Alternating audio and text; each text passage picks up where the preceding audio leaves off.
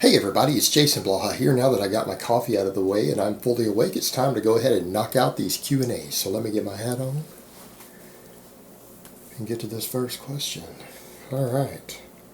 Hey Jason, I'm currently running a 4-day per week push-pull program with front squats on my push day and deadlifts on my pull day. I recently have fallen in love with heavy kettlebell swings in the 15 to 20 rep range. How would you program these into my program? Would it be better to do them on my off day or either my push or my pull day? Thanks in advance. You know what? Honestly, there's a lot of ways you could answer this question. Interesting combo though for a push-pull, the front squat one day, deadlift the other. I think that's a pretty good combination. I think you're going to find really good carryover on doing that. As far as the kettlebell swings, it's really hard to say because honestly, kettlebell swings, even in that rep range, you're really doing them almost as general physical preparedness work. Couple ways I would look at it. The fact that you are doing almost a conditioning type thing after doing heavy lifts, there may be some transference issues as far as training signal and training response from doing the heavy work first if you're doing them in the same session. However, we get to a point where are you just pursuing general fitness or are you actually trying to compete at the top levels in something? And that's a big consideration. Because if you're not trying to be a top level power lifter and go to nationals or something, honestly, I don't think you really need to worry about that stuff that bad. Me personally, I would go ahead and classify them as a pulling exercise. Maybe do them after your pull days. That would probably be fine if you want to do your GPP work after, because again, you're getting a lot of the similar type training stimulus as far as the movement pattern goes to your pulling. I think that'll be okay. If you wanted to separate them up though, because you're worried about doing GPP immediately after lifting, do them later in the day or do them on your off days. Because again, GPP work, as long as your overall training programming is okay, it shouldn't interfere with your training response. It shouldn't interfere with your recovery, all of that. So if you want to do it on your off days as well, as long as it's not contributing to any overtraining, excessive overreaching, things like that, I think it would be perfectly fine to do them on your off days also. Again, this is just general physical preparedness, so there's no reason you can't rotate through some of it, do it on your off days, do it later in the same day on the same training, as long as your overall workload is recoverable. You can space it out like that just fine. Come in and do your kettlebell swings. Not a big deal. All right, next question. This is kind of unrelated, but do you know anything about headphones and hearing damage? Is it really as bad as a lot of people say, or does it only mildly affect hearing over time? I ask because a lot of people crank up their tunes when training. Thanks, Jason. You know what? That's a great question. If you really are and truly are worried about it, I actually have a decibel meter, and I use that for some of my other little things that I do with some of my gun stuff. But if you really wanted to get an idea of if you're possibly damaging your hearing or not, because yeah, this is a real concern. People who are jamming with their headphones cranked all the way up for an hour a day in the gym, yeah, that is a possible concern. Get yourself a little $20 decibel meter off Amazon. All right, that's all they cost. Crank your headphones up to the volume you listen to them at and put them right there on that decibel meter and see how high the decibels go. And then go online and find OSHA's charts. OSHA, again, regulatory agency that worries about people's health and everything else and safety in industrial environments. And I have a lot of experience working with OSHA. You're going to find that they'll give you charts for the amount of exposure that you can get away with any decibel range, and how many hours per day or per week or how many minutes you can be exposed to before it risks harming your hearing. There's actually really good data out there. So yeah, is it a concern? Yes, but if you want to know if you're personally at risk or where your safe threshold is, find the setting you want to use on there and then check it on a little decibel meter. Again, they're only about $20. Plenty of people spend more than that on worthless supplements and stuff every single month. Protecting your hearing, that's worthwhile. And I'm telling you guys, as someone who has over 50% hearing loss in both ears, protect your hearing. Absolutely protect your hearing. It's valuable, it's precious. Don't waste it just over some music at the gym. So that's what I would recommend, and it's really, really easy for you to check. It's not that hard, and it's really easy to get good information. And again, if you're worried, about it. Find where you're at on there, see how many minutes per day you can get away with, and maybe crank it down below that. If you're at risk, turn the volume down a couple notches, and then test it again and see where you're at, and find your safe spot of where OSHA would say you're at risk, and because they have all that available for industrial environments for people who work in a noisy environment, so that they can determine what they can get away with and what sort of hearing protection and everything they need. There are valuable resources out there on this, and it's very easy for you guys to test this for yourself. All right, next question. Hello, Mr. Blaha. You recently made a video regarding full body workouts done 4 to 6 times per week, consisting of 1 to 2 exercises, only in a 7 set of 3 fashion with 3 minutes break in between sets. How heavy should I go? Around 75% of my 1 rep maxes? And would I experience any negative effect if I did these exercises in a superset to save half the time? I'm a busy college student, and with 2 jobs and other interests like swimming, aviation, etc. I'm a true intermediate lifter. Thank you, sir. Honestly, you could go as low as 60%. I do a lot of triples, high volume triple training at 60% myself. Not a problem. And the reason you can get away with it, you're being explosive. If you pull 60% as fast as possible for 3 reps, you are going to get the same upper threshold muscle fiber recruitment that you would get at 70 or 75% pulling it slower. So that's what you need to remember. The benefit of doing triples is that you can actually pull for speed and power on your deadlifts, your presses, everything else. You can do actual speed work. And there's no reason you can't do that at 60 to 70%. In fact, you might find that it's easier to recover from when you're doing it that way. Now, as far as the supersets go,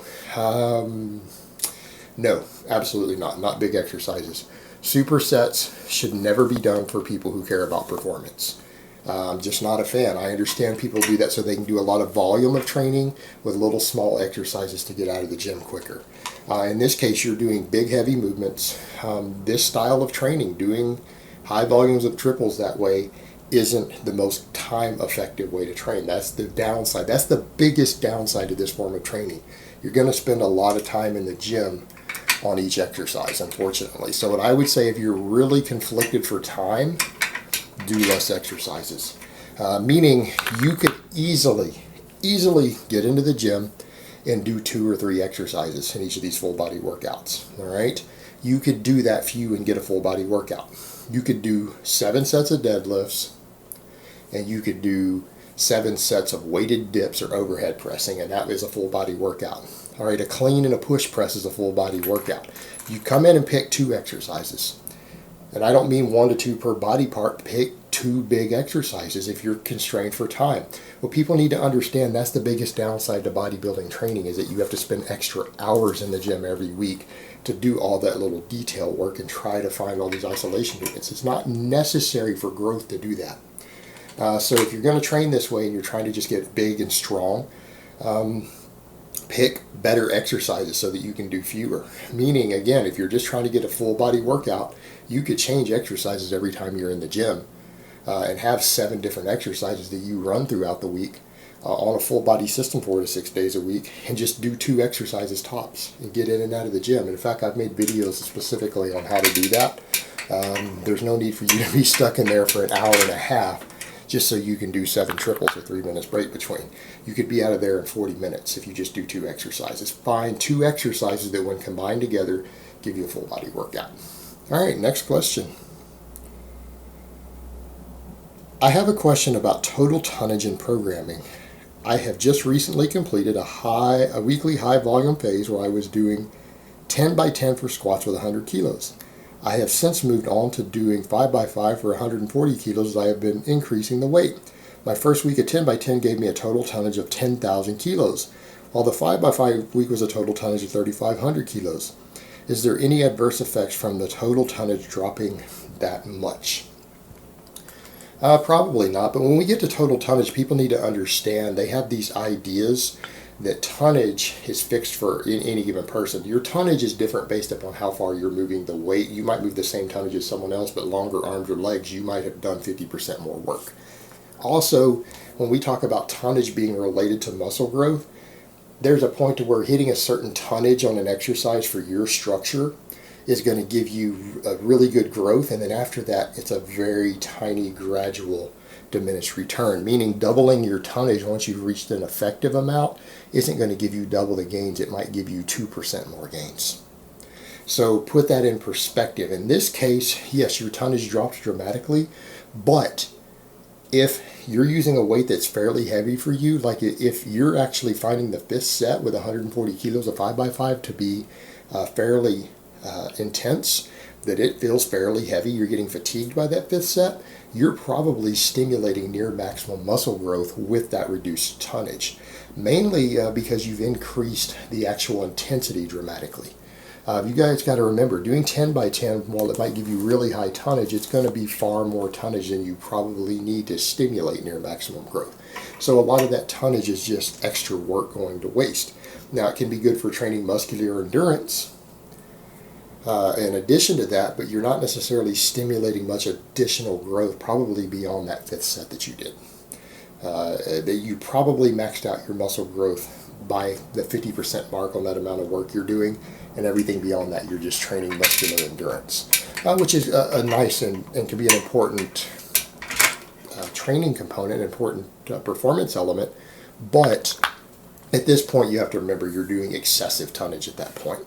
It's not necessarily giving you more muscle growth. So when we talk about tonnage, total tonnage being important, it's also important for recovery, because once you reach a certain tonnage point, recovery becomes more difficult, and then you're going to have to train less frequently.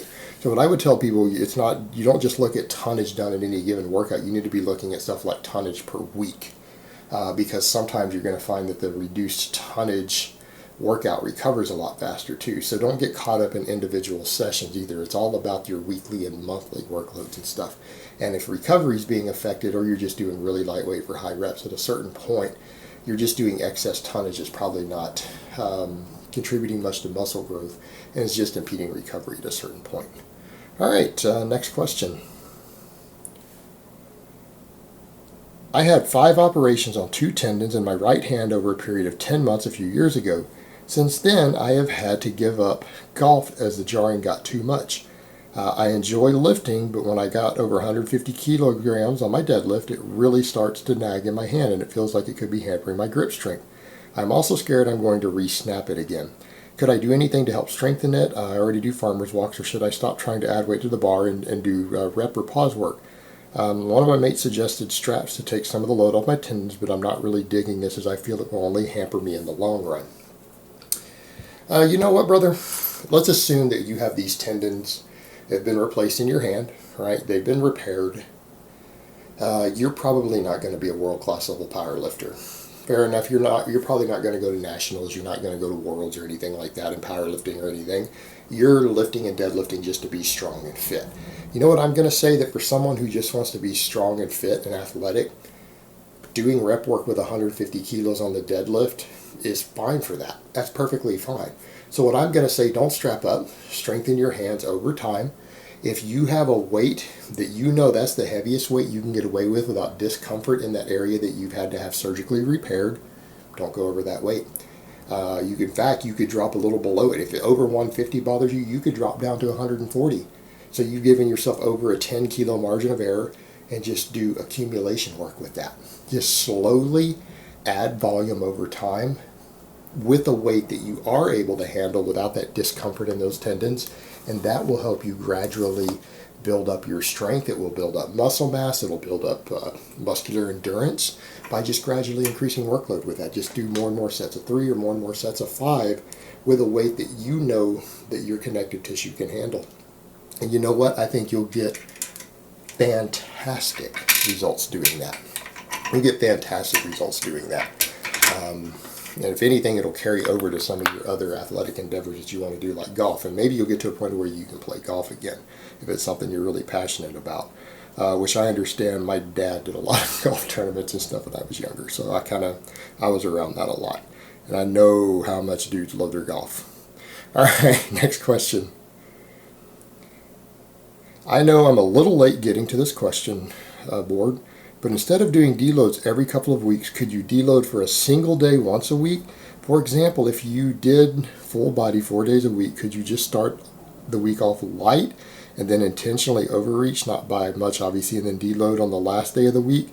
Could this work for building strength, or would you just burn out? Thanks for the input.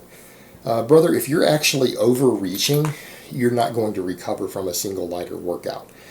There is something to be said for people perfectly running their programs. There are intermediate programs out there where people train full body 3 days a week and they have a lighter day that's 20% lighter.